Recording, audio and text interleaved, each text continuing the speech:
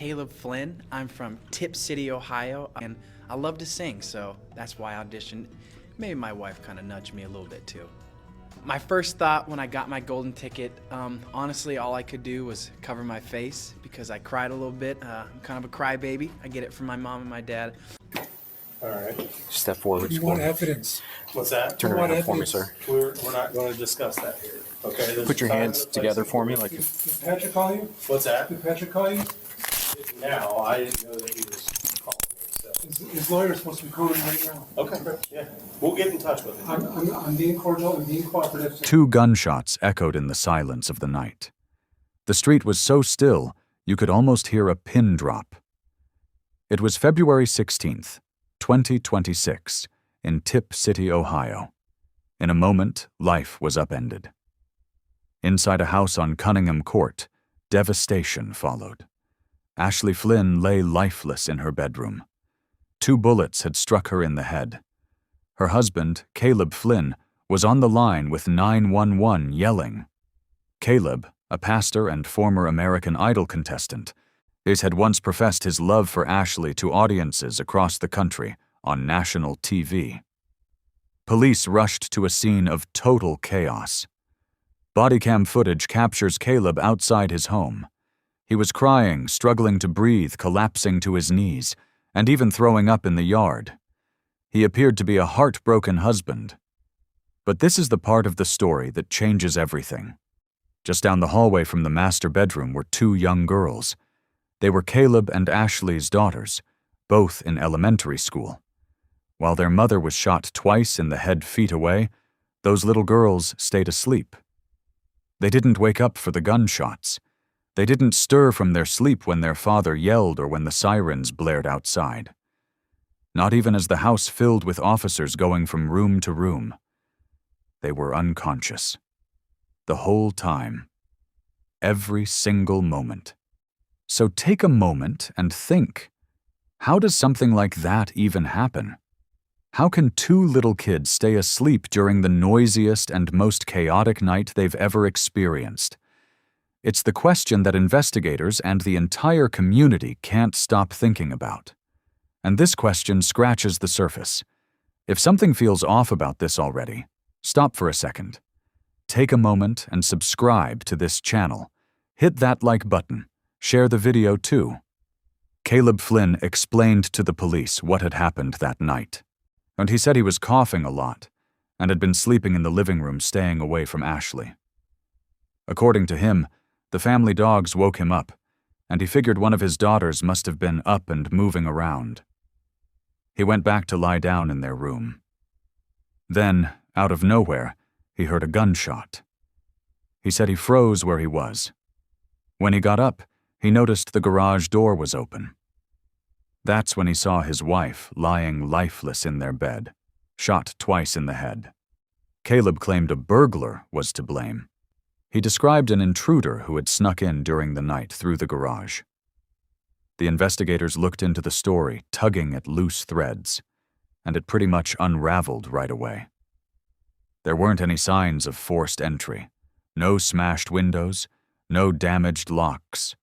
Every entry point to that house was untouched. And then there's the strangest detail. Nothing had been taken. Not a wallet, not a phone, not even one thing of value had gone missing. Or just think about that for a moment. A burglar breaks into a house in the dead of night and walks away without stealing a single item? That's suspicious enough to make anyone do a double take. But here's the thing. It gets even stranger. The weapon that killed Ashley Flynn wasn't a gun brought in by some random stranger. It was a 9mm handgun that belonged to the family. Their own gun. Stored right inside the house. This means the person who fired it either lived there or knew where to find it. As for the garage entry Caleb mentioned, investigators saw a big refrigerator blocking that route. There were no signs it had been shifted. No drag marks, no scratches. Nothing to show someone had moved it at all. All right, let's break it down. Nobody forced their way inside. Nothing was taken. The family's own gun became the murder weapon. One way in was blocked. And somehow, an intruder managed to kill only Ashley. While Caleb wasn't hurt at all, and the two young girls were left unconscious in their rooms. The detectives figured it out. The scene was staged. Someone made it look like a home invasion had happened. Not even 4 days after Ashley Flynn was killed, Caleb Flynn found himself in handcuffs. He faced charges for murder tampering with evidence twice and 2 counts of felonious assault. When he stood in front of the judge, the same man who had been yelling, breathing, and throwing up in his yard just days earlier, he kept his composure. He looked up and said, "I just want to take care of my daughters. I'm not a risk." I just want to take care of my daughters. I'm not at risk. He entered a not guilty plea. Right after that, his lawyer postponed the preliminary hearing by an entire month, moving it from February 26th to March 26th.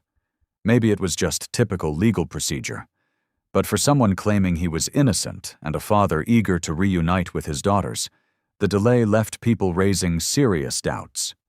Here's the deal. Everything you've heard so far, the blocked garage, the unexplained theft, the family gun, that's just scratching the surface. Beneath all of that, there's something even more unsettling. Investigators uncovered a secret that they claim shifts the entire perspective of this case. And that's where we're headed. We have to discuss what was going on in private. Investigators didn't just stumble upon a fake crime scene. They uncovered a hidden life. Leaked court documents claim detectives found deleted texts on Caleb Flynn's phone. These messages uncovered his months-long affair with Ariana Preston, the worship leader at the church his family attended. In the days and weeks leading up to Ashley's death, Caleb and Ariana exchanged frequent and intense communication. But one message left everyone stunned. At 12:42 a.m., less than 2 hours before Ashley Flynn was shot in her bed, Caleb Flynn texted a woman, the worship leader of his church. On the message was 3 chilling words. "It's almost done." Let that sink in for a moment. By 12:42 a.m., Ashley was alive. By 2:31 a.m., she was gone. And in the time between those hours, he sent that message to someone. Ariana Preston, a young worship leader at Christian Life Center, the same church the Flynn family attended, stepped down from her role not long after Caleb's arrest. She left without offering a reason. There was no farewell or explanation, and the pastor had to address it from the pulpit, saying, Ariana Preston, one of our worship leaders, submitted her resignation without explanation. We do not know why. Then, without a word, she erased all traces of herself from social media. Every profile deleted. Everything wiped clean. Gone. Authorities have yet to press any charges against her. Still, the timing of her resignation, the quietness, and her vanishing act on social media, right as a murder investigation unfolds involving someone from her church, has left the entire community full of unanswered questions. But that's not the only thing people are talking about. Online rumors are running wild. Some speculate that Ariana Preston might be pregnant. Others reference a canceled prenatal appointment from the investigative files, hinting that Ashley herself could have been pregnant when she died. These details remain unclear for now. What if true? It could add more layers to the motives behind this case, making the story even more complicated. Imagine what that implies. A pastor, a man in the spotlight, someone who shaped an image of devotion, family, and moral values. If Ashley had discovered the pregnancy from either angle, Caleb Flynn's entire life could have crumbled in a moment. His standing, his church, his household, everything he had built. Would that be a reason to kill? Prosecutors seem to believe it is. And what about those little girls? They stayed unconscious through everything. Remember that? Both investigators and the public keep asking the same thing. Because kids that young don't just sleep through gunshots. They don't sleep through a father shouting and choking. They don't sleep through sirens, police officers, or heavy boots stomping on wooden floors. Not on their own. So this brings up a question no one has answered yet. Did someone make sure those little girls stayed asleep that night? If they did, who was it? And how did they do it? This single detail might be the key to unraveling the entire case. At this moment, Caleb Flynn is in Miami County Jail, held on a $2 million bond. Reports say he is kept in solitary confinement with little to no interaction with other inmates. A court order has stopped him from having any form of contact with his daughters, either or through others. The preliminary hearing is set for March 26th, but things could change if a grand jury steps in before then. Lab results are still being processed. The full story of what happened, those 2 gunshots, that house on Cunningham Court, and the events of February 16th, remains unclear. Here's what we know so far. Ashley Flynn is no longer here. 2 young girls are spending their childhoods without their mom. Meanwhile, the man who once sang about loving his wife on national TV now sits in a jail cell claiming he didn't kill her. Justice might be slow, but it doesn't stop.